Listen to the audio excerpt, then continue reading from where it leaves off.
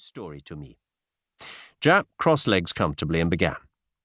"As all the world and his wife knows, on Tuesday last a grand victory ball was held. Every tuppenny halfpenny hop calls itself that nowadays, but this was the real thing, held at the Colossus Hall, and all London at it, including young Lord Cronshaw and his party." "His dossier?" interrupted Poirot.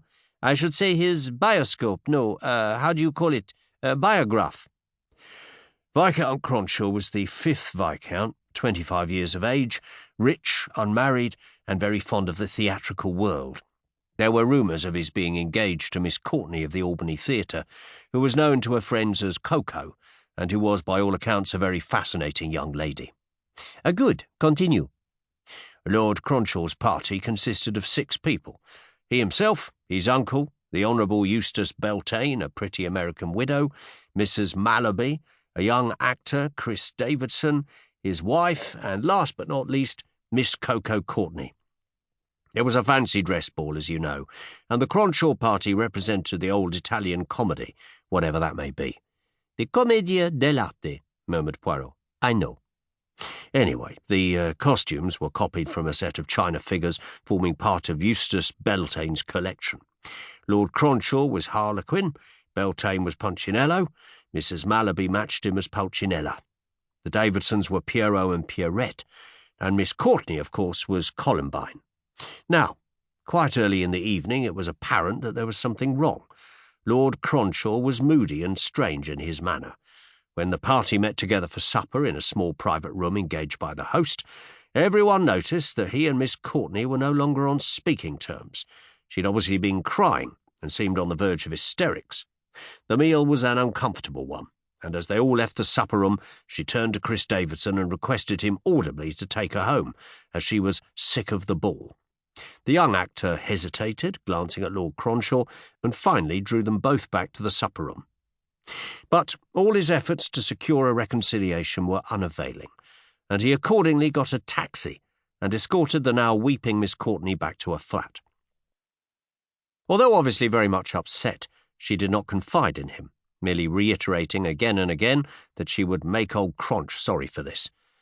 That is the only hint we have that her death might not have been accidental, and it's precious little to go upon. By the time Davidson had quieted her down somewhat, it was too late to return to the Colossus Hall, and Davidson accordingly went straight home to his flat in Chelsea, where his wife arrived shortly afterwards, bearing the news of the terrible tragedy that had occurred after his departure.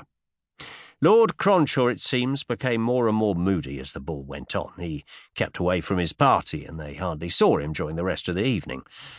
It was about 1:30 a.m., just before the grand cotillion, when everyone was to unmask, that Captain Digby, a brother officer who knew his disguise, noticed him standing in a box, gazing down on the scene.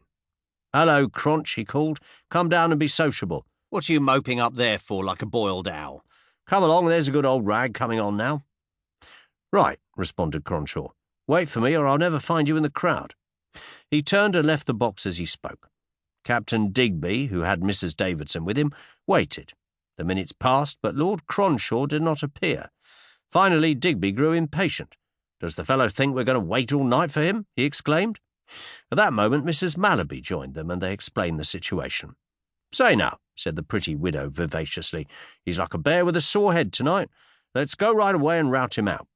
The search commenced, but met with no success until it occurred to Mrs. Mallaby that he might possibly be found in the room where they had supped an hour earlier.